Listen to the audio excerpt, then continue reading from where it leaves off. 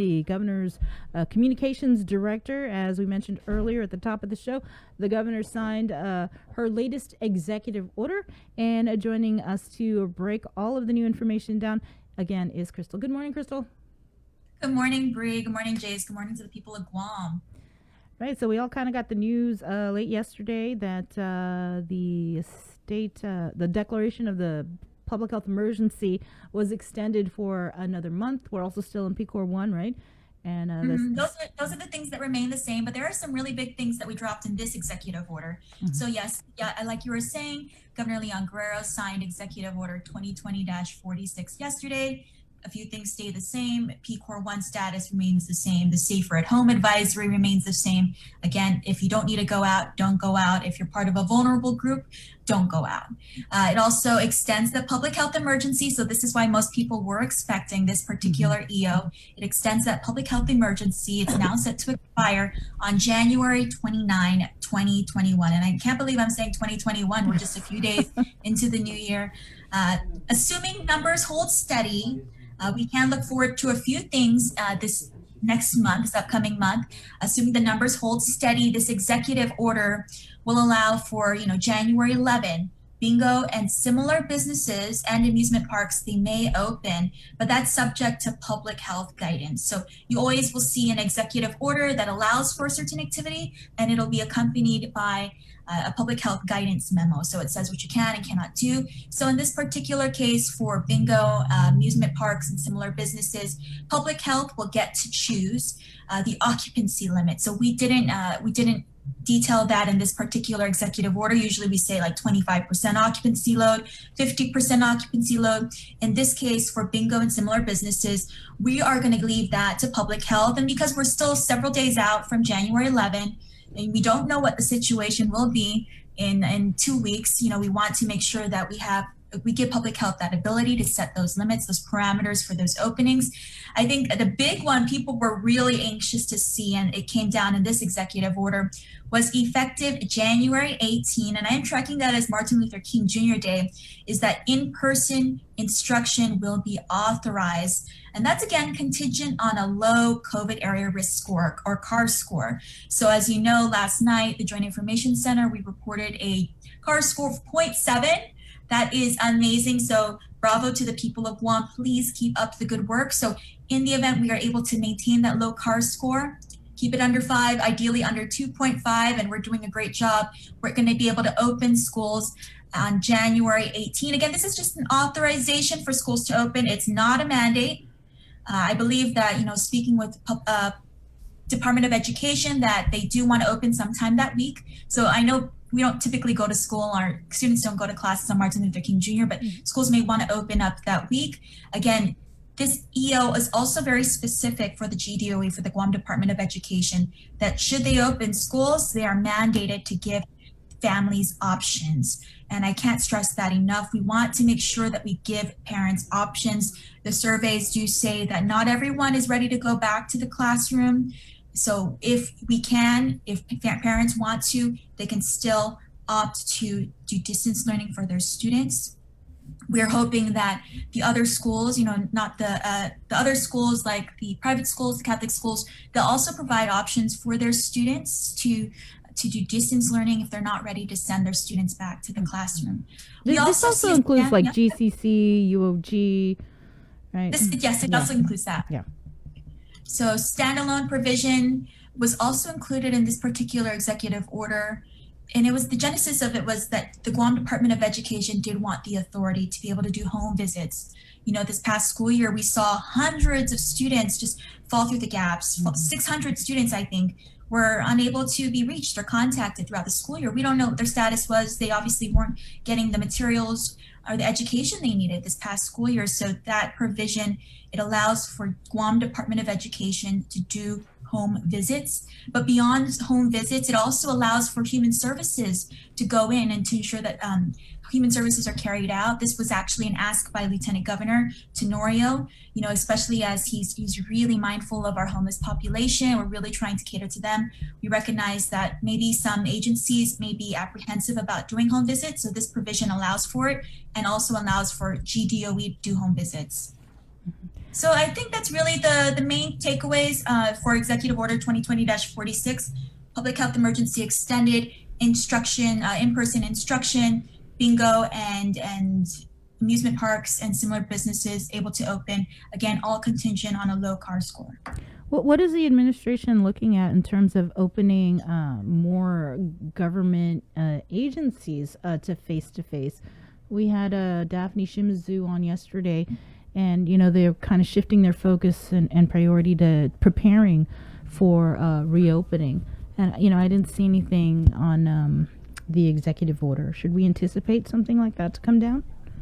I'm not tracking anything specific to more openings of government operations. I mean, the essential services are open. We continue to operate mainly by appointment. DRT has definitely been a model agency when it comes to by appointment, online services if possible. I know that a lot of people, we've also had to, extend driver's license expirations, among other things. So not that I'm tracking for additional government operations, 50% occupancy, we have to maintain, the barriers, the social distancing, the wearing a mask, the regular sanitization of frequently touched surfaces. So nothing that I'm tracking or that is needed at this time.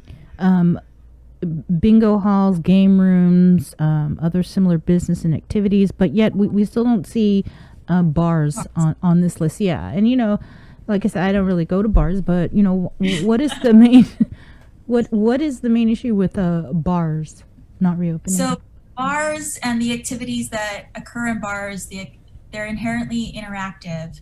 So when you go to a bar, what are you there to do? You're there to drink. You pull down your mask. And we all know the effects of alcohol. So we really want to look further into what happened over this holiday season. And I really strongly believe that we'll revisit bars and opening of bars right after the holidays, after we're able to see the effects of Christmas and New Year's.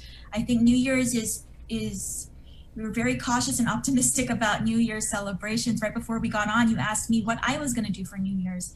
And so, it takes only one case to make a super spreader event and to change the course of our response, to change, our CAR score and to change that test positivity. So we're very cautious but optimistic. And I think after the holidays, we'll definitely be able to revisit bars and reopening of bars. But by the nature of bars and what you do at bars and the drinking that occurs and the effects of alcohol, it's very interactive, still very easy to let your guard down.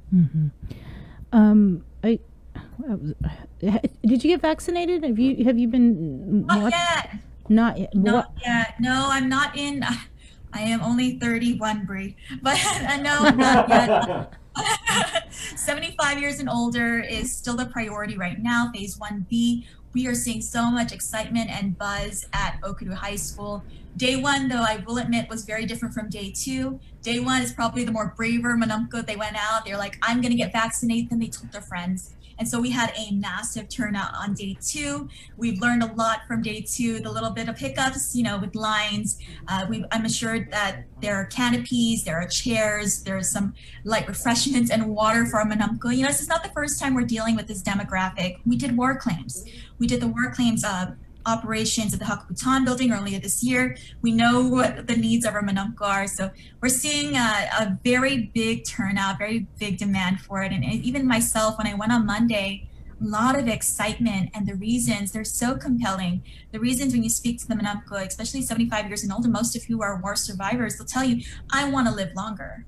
Or this war is scarier. This war is scarier than the one that I endured, that I lived through during World War II, because I can't see my enemy. And so a lot of people talking about wanting to live longer for their children. So I released a video last night. I spoke to Aster Yanza, whose main reason for getting vaccinated is to live longer. She has grandchildren. I want to live longer.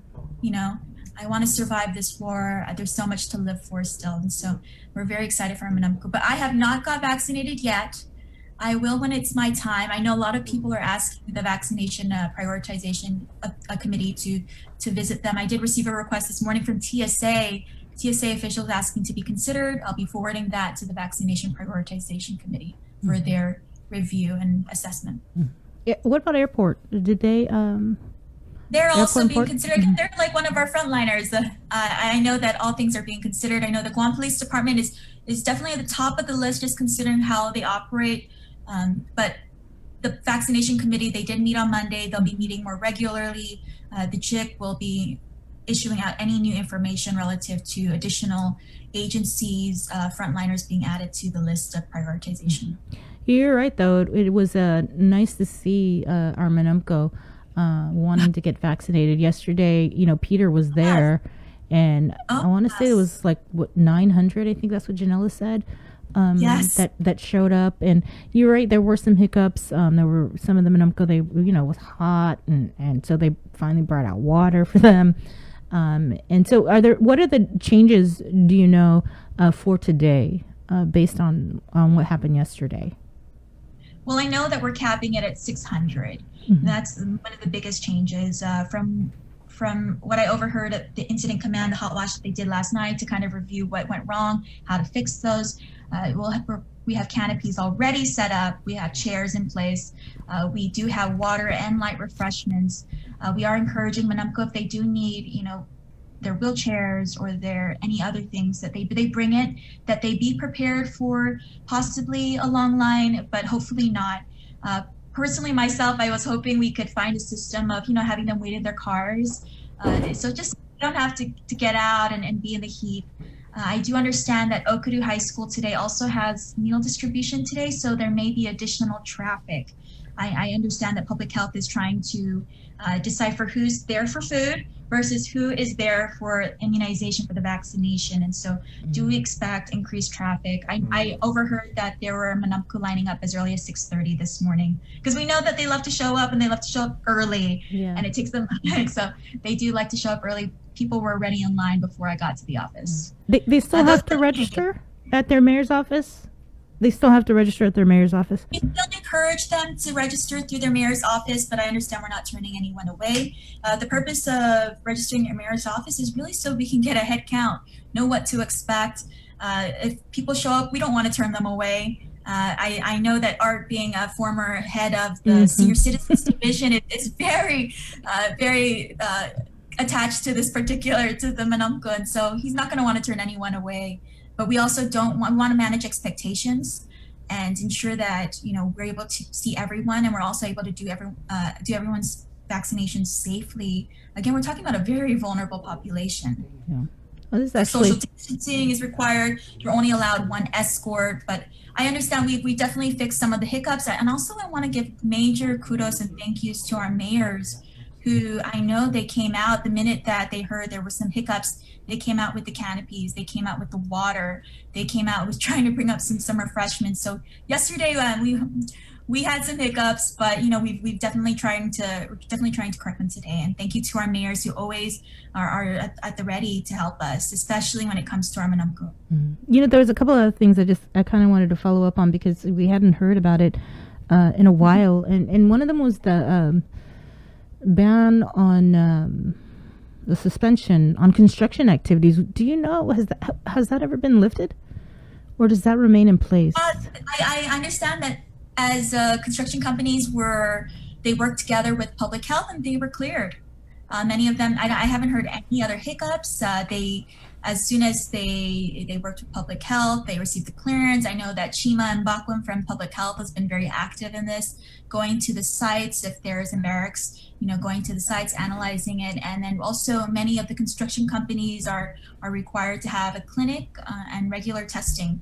And so I know that the measures are now in place to ensure that everyone is safe, and also the subcontractors are safe. So no new issues with the construction company. But that ban was, or the suspension was lifted? From my understanding, yes. Okay. The other thing was just going back to the different P Corps, because it still kind of doesn't jive with all of the reopenings that are going on. And P Corps 1, we've all came to know it as maximum restrictions. So are we going to see some sort of revision to the P Corps? So right now we're still in holiday mode, right? And so New Year's Eve is the day after tomorrow. And so what we really want to do is remain in P Corps 1 until after the holidays, and we're able to really understand the effects of the holidays. Because the last thing we'd want to do is lift P Corps 1 and then see a spike and then revert back to PCOR 1 after we just got back into PCOR 2. So again, the holidays, we're still very cautious about it and monitoring what's happening around the rest of the world. Places like Japan, who've historically done really well with COVID, they're now shutting down their borders to foreigners. And then we're seeing the new strain of coronavirus. And so PCOR 1 is really so that we stay cautious. But again, we're very optimistic. But again, let's see another 10 to 14 days. We could see the adverse effects of the celebrations that occurred over the holidays. So PCOR 1, just for us to stay cautious, to stay ready in the event there is additional spike. But in 2 weeks, that could change if we stay the course. All right. Anything else before we let you go? Happy New Year. Happy New Year. I can't believe it's been a whole year. Good riddance to 2020. I think we're all excited, and I am excited to even hear the senators right before me. We're all looking towards the future and diversification of our economy. We all are ready to kind of move on. We're all ready to have a better 2021 and resume some sense of normalcy. But I think we're all with the understanding that masks, social distancing, and washing of hands will be the norm for quite a long time. I think GVB board director Sunny Addis said it best, is that this virus really dictates. We can plan all we want, but the virus is really the one manipulating our response and it's determining what's next. And so please stay abreast of all the latest information. Wear your mask, watch your distance, and wash your hands. Even if we're doing well today, we don't want to undo the progress. And we've been doing so great, Guam. I wish I could hug all of you and tell you and give you high fives. I miss hugging people. I can't wait till we get to do that again. And vaccinations soon. We hope to open up to the general public. Again, very dependent on the deliveries, the shipments here in Guam. But I understand we'll get monthly shipments. By the summer, we hope to make this more accessible to the general public. But thank you, and thank you for doing such a great job. We called for the Strive for 5. You responded. You did so well. 0.7 today. Thank you, and Happy New Year. Let's stay the course. We all know what's happening around the rest of the world, and so let's continue to be that example of what happens when a community comes together. Okay, Krystal. A couple people were just asking in our chat earlier before your interview too, and they were saying, just to be to clarify and everything, there have been no Gov Guam sponsored fireworks displays, right? As far as New Year's Eve. Okay, people were just wondering. No fireworks that I'm tracking.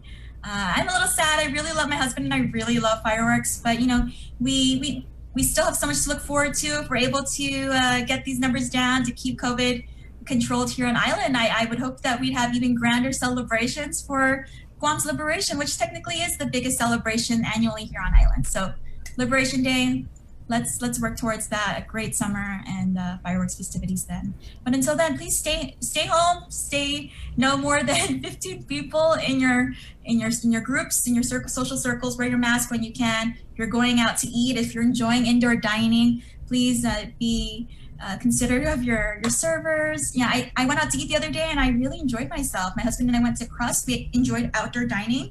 I felt so safe. So the world is changing, and let's change with it, and let's again, be cognizant about keeping each other safe. All right. Happy New Year, Chris. Happy New Year. Happy New Year. Take care. Bye. All right, we're going to stay in our Zoom room where we are going to get this week's progress report from Superintendent of the Guam Department of Education,